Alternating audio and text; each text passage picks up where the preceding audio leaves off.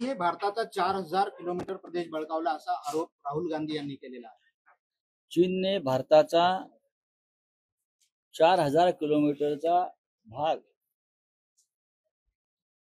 गिळलेला आहे. लडाख मध्ये 4000 किलोमीटर साधारण वर्ग किलोमीटर आणि अरुणाचल मध्ये 65 किलोमीटर आत चीनचं सैन्य घुसलेलं. हा आरोप नसून हे सत्य. आणि राहुल गांधी परदेशात जाऊन जरी आधी बोलत असले तरी देशामध्ये गेल्या 1 महिन्यापासून आम्ही हा विषय मांडतो. मणिपूर हातातून गेलेला आहे. लडाखचा अर्धा भाग पेंगॉन लेकच्या पुढे चीनचं सैन्य घुसलेलं आहे. गावं वसवली, हेलिपॅड्स उभारले. अरुणाचल प्रदेशमध्ये 60 किलोमीटर आत घुसलं. या देशाला संरक्षण मंत्री आहे का? या देशाला पंतप्रधान आहे का? गृहमंत्री आहे का? अजिबात नाही. मणिपूरची हिंसाचाराची जी दृश्य आपण पाहतो, संपूर्ण सरकार, गृहमंत्री, प्रधानमंत्री राजकारणामध्ये अडकून पडले, आरत्या करत बसले.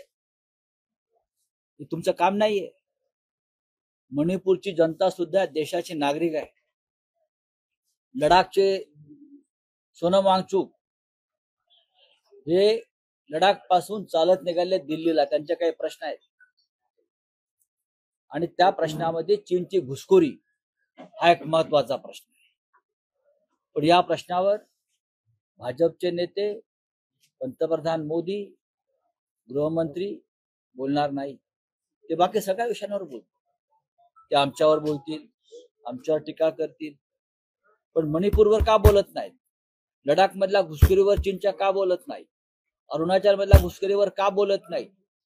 हजारो किलोमीटर जमीन चीन आतमध्ये घुसून ताब्यात घेत आहे आणि आमचं सरकार 56 इंचाच्या छातीवालं गप्प बसलाय.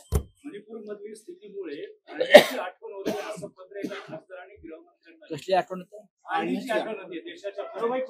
त्याहीपेक्षा गंभीर परिस्थिती आहे. एका राज्यामध्ये मिसाईल चालवले जात आहेत, ड्रोनने हल्ले केले जात आहेत, तोफा डागल्या जात आहेत, राज्यपाल पळून गेलेले आहेत. लक्षात घ्या, 1961 जेव्हा चीनचं युद्ध झालं होतं तेव्हा ईशान्येकडल्या राज्यातून सरकार पळून गेलं होतं.